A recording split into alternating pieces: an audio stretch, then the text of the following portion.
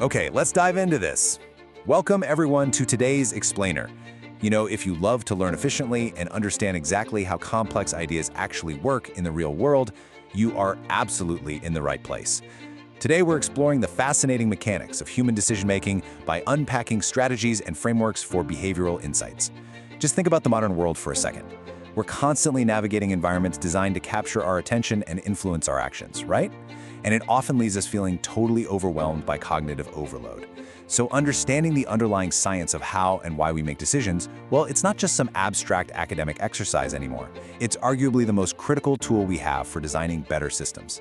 We're going to take the core, science-backed concepts from our source material and break them down step by step. That way, you can see exactly how this theoretical behavioral science translates into highly effective real-world action. All right, let's get started. This right here is the golden question, isn't it? How do we encourage better choices? It's a fundamental human problem that literally every leader, designer, and policymaker wrestles with. Getting people to choose what's ultimately best for them, whether that means saving for retirement, eating healthier, or just reducing energy consumption, is incredibly difficult. And the source material explains exactly why it's so hard. Humans are simply not perfectly rational supercomputers. We're just not. We suffer from decision fatigue, we have these deep-seated cognitive biases, and we heavily discount long-term rewards because, well, we love instant gratification. Traditional logical arguments often completely fail because they assume we process information perfectly. So instead of just shouting louder or throwing more data at people, our source material presents a highly specific science-backed approach to understanding those friction points in human psychology, and it offers a remarkably elegant way to solve this exact dilemma. So, to truly answer that question, we first need to unpack the foundational theory by decoding behavioral insights. What is the actual DNA of this approach? Well, at its core, this is a brilliantly multidisciplinary field. It operates right at the intersection of human biology, cognitive psychology, and choice architecture. Instead of just guessing how people might act based on focus groups or stated intentions, which, let's be honest, are notoriously unreliable, this approach relies on observing actual human behavior. It's about studying those subtle, often invisible environmental cues that trigger certain actions. By decoding these insights, we can finally stop designing systems for some idealized perfect version of humanity and start designing for how real, wonderfully flawed humans actually operate in their daily lives. Now, our source text explicitly defines behavioral insights as the application of behavioral economics and behavioral science to understand human decision-making. And this connection is absolutely vital. Traditional economics often relies on a theoretical model of a person who always perfectly maximizes their own utility, right? Someone who calculates probabilities flawlessly and always acts in their own best financial or health interests. But behavioral economics proves that this simply isn't true. We are predictably irrational.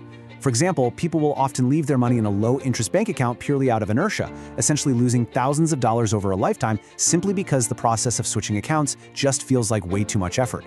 Behavioral insights take this rigorous study of our cognitive blind spots and our unpredictability and use it as a scientific lens to map out exactly how and why we make the decisions we do.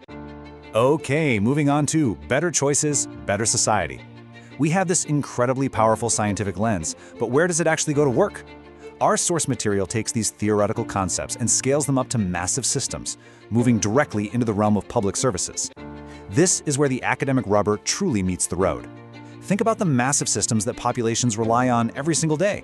We're talking public health initiatives, tax collection, environmental conservation, social welfare programs. These are complex, sprawling sectors. Applying behavioral insights here means we stop creating abstract, rigid policies that just frustrate citizens, and instead, we start engineering public services that naturally align with human tendencies, which vastly improves efficiency and compliance across the board. And this brings us to a massive paradigm shift. Consider how traditional public service models typically operate. When a government or a large organization wants to change behavior, they usually rely on heavy regulations, massive multi-million-dollar public info campaigns, or sweeping structural changes. Billboards screaming, "Eat healthier," or "Don't litter." These are incredibly expensive, and honestly, they often trigger public reactance. People push back. The behavioral insights approach is entirely different. The source text emphasizes generating low-cost interventions. Instead of spending millions to force a change, you design a subtle nudge. A classic example is organ donation or retirement savings, simply changing the default form option from opt-in to opt-out. You don't restrict anyone's freedom to choose, but by making the desired choice the default, participation rates absolutely skyrocket. It is a profoundly effective, virtually zero-cost behavioral intervention. So the crucial point here is understanding the compounding cause and effect relationship of these key benefits in public service. It all starts with the ability to generate those low-cost interventions. Because they're low cost, they're highly feasible to actually test and implement across various departments without needing these massive, prolonged budget approvals. And that naturally leads to the second benefit, improved service outcomes. When systems actually work with human nature rather than fighting against it, administrative bottlenecks just disappear and efficiency naturally rises, which ultimately results in the third overarching goal, encouraging better choices at scale. Just removing a tiny point of friction in a tax form or tweaking a medical appointment reminder can radically change the trajectory of an entire public system. The benefits literally feed directly into one another. Now, the core ethos of this entire approach is beautifully captured in this quote from the text: interventions aimed at encouraging people to make better choices for themselves and society. It is so deeply important to understand that the goal here is alignment, not coercion or manipulation. Human beings generally want to make good choices. People genuinely intend to pay their taxes on time, they want to save money for their future, and they definitely want to live healthier lives. The problem is that the environment they're operating in is often filled with confusing paperwork, hidden steps, or immediate temptations. The science of behavioral insight simply bridges the gap between our good intentions and our actual actions by smoothing out the friction that trips us up. All right, so let's pivot from the theoretical why into the highly tactical how with designing with the EAST framework. We know the psychology and we know the big picture goals within public service, but how do we actually execute this? How does a policymaker or a system designer who isn't a cognitive scientist actually take these insights and synthesize them into a low-cost intervention on a random Tuesday morning? Well, they need an operational toolkit. And the text points us directly to a specific, standardized strategy designed to take decades of complex academic research and make it instantly usable for real-world application. That destination is the EAST framework, which is a tool for designing strategies based on behavioral science. This is the specific framework participants learn to use when designing these interventions. It represents a structured, mnemonic method for standardizing behavioral nudges. You see, the vast complexities of behavioral science can honestly be pretty overwhelming. If you just tell a team, hey, make this form more user-friendly, the results are going to be completely inconsistent. The EAST framework solves this by providing a simple 4-pillar checklist. It guarantees that whenever a challenge arises, whether it's getting more people to insulate their attics or reducing missed doctor's appointments, designers have a scientifically validated lens to look through. It really is the ultimate bridge between rigorous academic theory and everyday on-the-ground practice. And this is where we unlock the true power of the framework by breaking down its 4 pillars: easy, attractive, social, and timely. First up, easy. If you want someone to do something, you absolutely must remove the friction, simplify the language, and use defaults.